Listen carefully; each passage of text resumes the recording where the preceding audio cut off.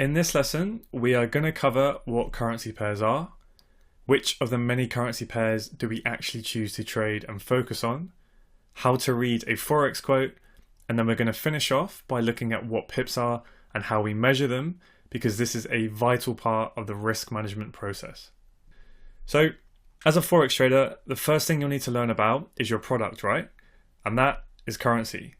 Now, while there are lots of currencies that you can trade, most active traders focus on the 8 major currencies of the world: the United States dollar, the euro, the Japanese yen, the Great British pound, the Australian dollar, the Canadian dollar, the Swiss franc, and last but definitely not least, the New Zealand dollar. Now, currency symbols, they always have 3 letters, where the first 2 identify the country, and most of the time, but not always, the third letter represents the name of the currency. So take the New Zealand dollar for example, NZD. The NZ stands for New Zealand and the D stands for the dollar. Pretty simple, right? So as a currency trader, you may be presented with the opportunity to trade more obscure exotic currencies such as the South African rand, the Mexican peso, or the Thai baht. Now, I would strongly advise that you stick to the major 8 listed here, as these currencies have the highest trading volume in the FX market. And high volume means that transaction costs are generally lower, and the more people are trading those currencies, leading to higher liquidity, which is vital when you need to exit a trade. There is simply no need to risk your capital taking a position on those high cost and those low volume exotic pairs. Now, an individual currency, it does not have an absolute value. So the only way that you can value them is you have to compare them to that of another currency at any given time, so are therefore always quoted in pairs. A currency pair is simply the quotation of the relative value of a currency unit against the unit of another currency, right? You always have to pair them together. Just on its own, there's no way of putting a price on it, essentially. So an example of a pair would be AUD versus USD. So the Australian dollar versus the US dollar, which is commonly referred to as Aussie dollar. So if you were to buy the Aussie dollar, in trader talk, you would say that you were going long the Aussie dollar. And another term that will become a common part of your vocabulary now that you are a trader is bullish. So you say that you are bullish on a currency pair or whatever asset class you are talking about if you think it is going up. So when you buy this currency pair, Aussie dollar, you would be buying Australian dollars while simultaneously selling US dollars. So this means that you would profit from how much the Australian dollar appreciates, so it goes up in value in comparison to the US dollar. And if you were to sell the pair, this means that you are going short, and you would say that you are bearish on a pair if you think it is going down. Now, I know if you're probably a bit new to trading, it can be a little bit confusing if it's the first time you have heard some of these terms. So an easy way to remember the difference between bullish and bearish is that when bulls attack, they swipe upwards with their horns, and when bears attack, they swipe downwards with their paws, alright? But anyway, if you were to sell the pair, Aussie dollar, you would be selling Australian dollars while simultaneously buying US dollars with them, right? Now, if that can be a little bit confusing, fortunately, your broker will take care of this, this simultaneous buying and selling at the same time. They take care of that so that you can simply focus on the pair as a single trading instrument, just like a stock. So on your execution software, you will literally either just click buy or sell on the pair as a whole. So they make it super simple for you. Now, don't worry if it seems a little bit confusing at this point, because we're going to cover specific instructions on executing trades in the later lessons. Now, paired up in every possible combination, the major 8 individual currencies, they deliver a total of 28 tradable currency pairs. And of these 28 pairs, those that contain the US dollar, those are referred to as the majors. And the remaining pairs that do not contain the US dollar, they are commonly known as minors or crosses. Now, you may hear many of the major pairs referred to by traders with certain nicknames. Australian dollar versus the US dollar are simply Aussie, pretty simple. Pound dollar is often referred to as cable, and this is because back in the mid-19th century, before the invention of satellites and fibre optics, the exchange rate between the Great British pound, sterling, and the US dollar, it was actually transmitted across the Atlantic Ocean via a submarine cable, so this is what essentially traders refer to it as. But then when the euro was introduced not too long ago in the late 1990s, probably when some of you were actually born, traders simply upgraded the old cable to a state-of-the-art fiber optic line, hence the ingenious name, fiber. Then we have Kiwi dollar, simply as Kiwi, dollar CAD as Loonie, dollar Swiss as Swissy, and dollar yen as Ninja.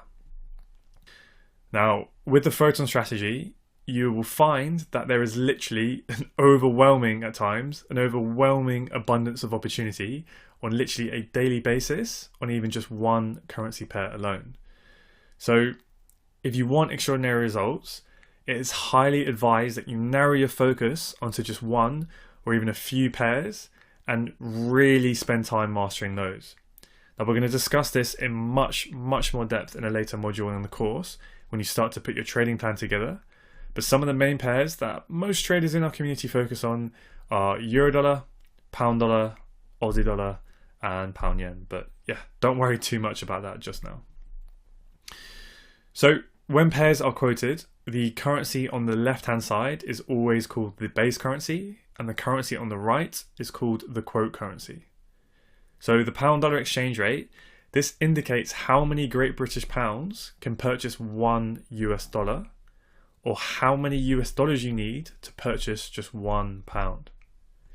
So the base currency on the left, in this case the pound, no matter what, it always has a value of 1.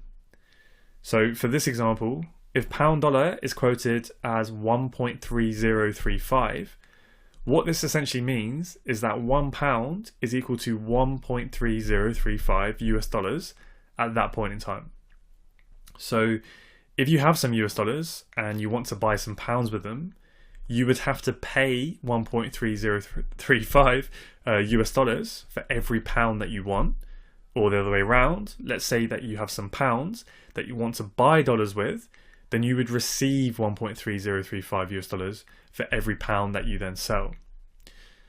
Now remember, when you're trading, if you buy the currency pair pound dollar and you go long, this simply means that you are buying the base currency and you are simultaneously selling the quote currency at the same time.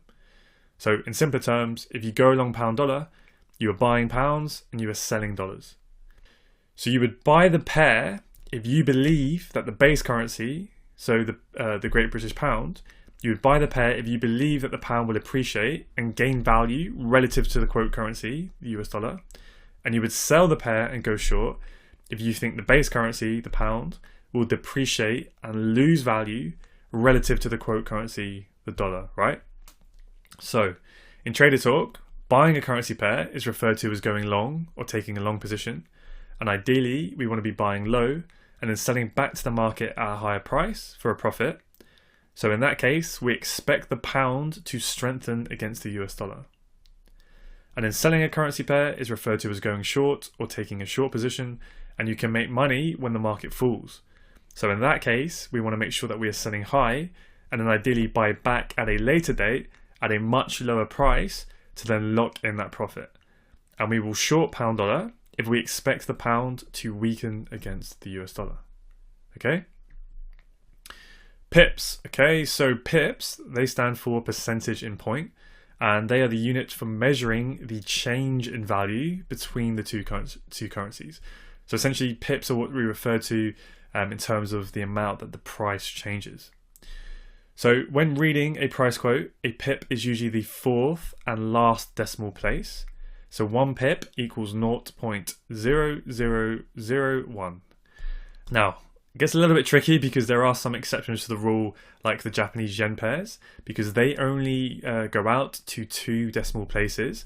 So in that case, 1 pip is equal to 0.01.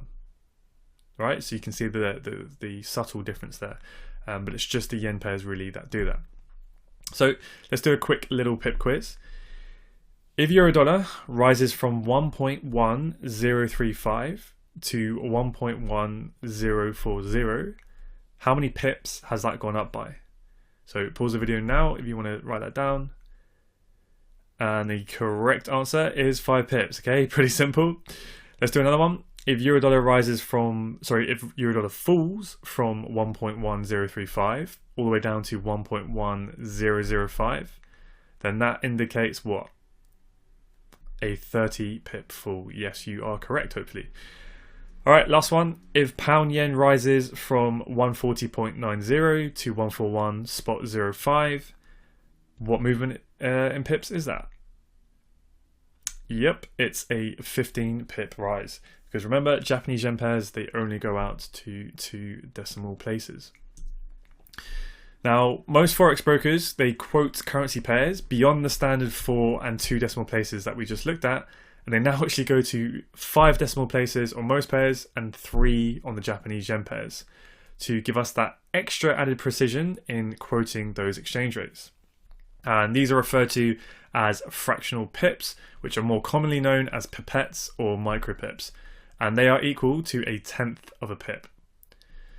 So if euro-dollar was quoted at 1.10352, then the 5th decimal place, which is usually visually displayed as a smaller number, that is the pipette, right? And which, in this case, that would be equal to 0.2 pips. And then if euro-dollar was then quoted at 1.10357, that would be an increase of half a pip. So just to quickly summarize the key points we have covered in this lesson, we focus on the 8 major currencies: the US dollar, the euro, the Japanese yen, the Great British pound, the Canadian dollar, the Swiss franc, the Australian dollar, and the New Zealand dollar. Individual currencies don't have an absolute value, however, so this is why they are quoted against each other, and we put them in pairs. So we pair these 8 currencies into every combination possible, which makes 28 tradable currency pairs. But as I was saying earlier, with this strategy that you're going to learn, you will only need to focus on just one pair alone, or potentially a few pairs, depending on your trading style. But like I said, we'll talk a lot more about this at a later point in the program when you start to build out your own personal trading plans. The major pairs are the pairs which contain US dollar, so euro dollar or Aussie dollar, for example, and you will likely find that you will spend the majority of your time and focus probably just on these USD pairs alone because they provide extremely reliable and frequent trading opportunities. And then the minor pairs are sometimes referred to as the crosses, and they are all of the remaining pairs out of those 28 that do not contain the US dollar.